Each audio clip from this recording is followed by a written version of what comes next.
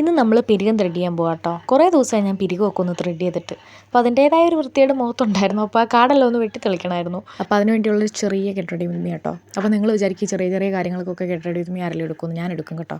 അപ്പോൾ അത് ചെയ്തുകൊണ്ട് തന്നെ ഇടയ്ക്കാണ് ഒരു പാഴ്സൽ വന്നത്. ഇത് മീഷോന്ന് ഞാൻ ഓർഡർ ചെയ്താൽ കേട്ടോ. അഫോർഡബിൾ ആയിട്ടുള്ള റേസേഴ്സ് 12 സെറ്റ് ഉണ്ടായിരുന്നു. അടിപൊളി ക്വാളിറ്റിയും കാര്യങ്ങളൊക്കെ ആയിരുന്നു. വലിയ ബുദ്ധിമുട്ടൊന്നും കാര്യങ്ങളൊന്നുമില്ല.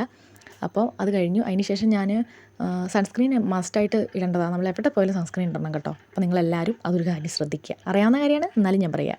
അപ്പോൾ അതിനുശേഷം ഞാൻ സ്റ്റുഡിയോന്ന് വാങ്ങിച്ച കമ്മലിൻ്റെ സെറ്റ് അതിൻ്റെ പകുതിയും എവിടെയൊക്കെയോ ആണ്. അപ്പോൾ എൻ്റെ കയ്യിലുള്ളത് ഞാൻ എടുത്തിട്ടു.